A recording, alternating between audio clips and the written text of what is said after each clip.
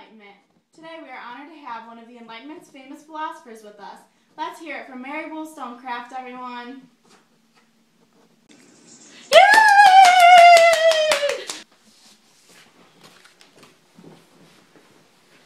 Thanks, everyone. It's great to be here.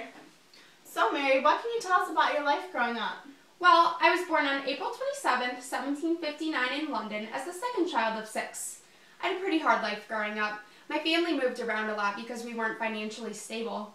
My dad was also constantly drinking and got violent with us often. I'm sorry to hear that. What helped you overcome those circumstances? Well, in 1778, I finally moved out of the house and accepted a job as a ladies' companion for Miss Sarah Dawson.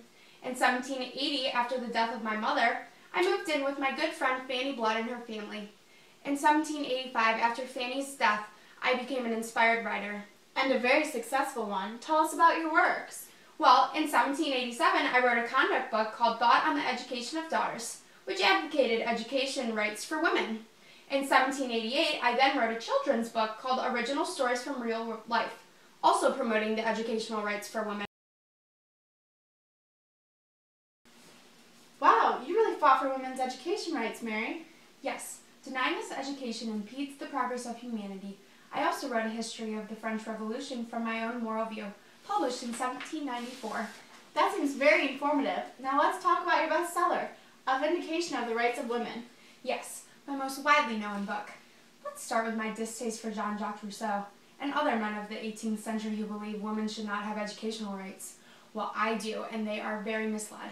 Yes, Mary, we have established this. You can't stress it enough, though. The book talks about how confining women to the separate domestic spheres makes us slaves of men. We become victims of their tyranny, and we can't achieve our own moral or intellectual identity. So do you believe that women and men should have equal rights? I wouldn't say quite that. I just believe men and women are equal in God's eyes, and that they are subject to the same moral law. So then what does your husband, William Godwin, have to say about all these pictures you've taken with other men?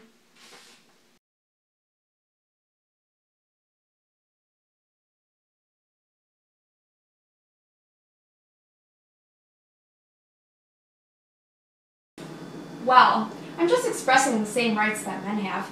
They do it, so why can't we? So what if I sleep around a little? Give me a break. Poor William, though. You had children, right? Yes, Fanny with Gilbert and then Mary with William. In 1797, I died giving birth to Mary. I'm very proud of her for becoming an accomplished writer like me. Frankenstein is still a big hit today. Wow, well that's terrible. You had a short life of only 38 years. I guess the good do die young. Well, folks, that's all the time we have for today. Everyone give Mary Wollstonecraft another big round of applause.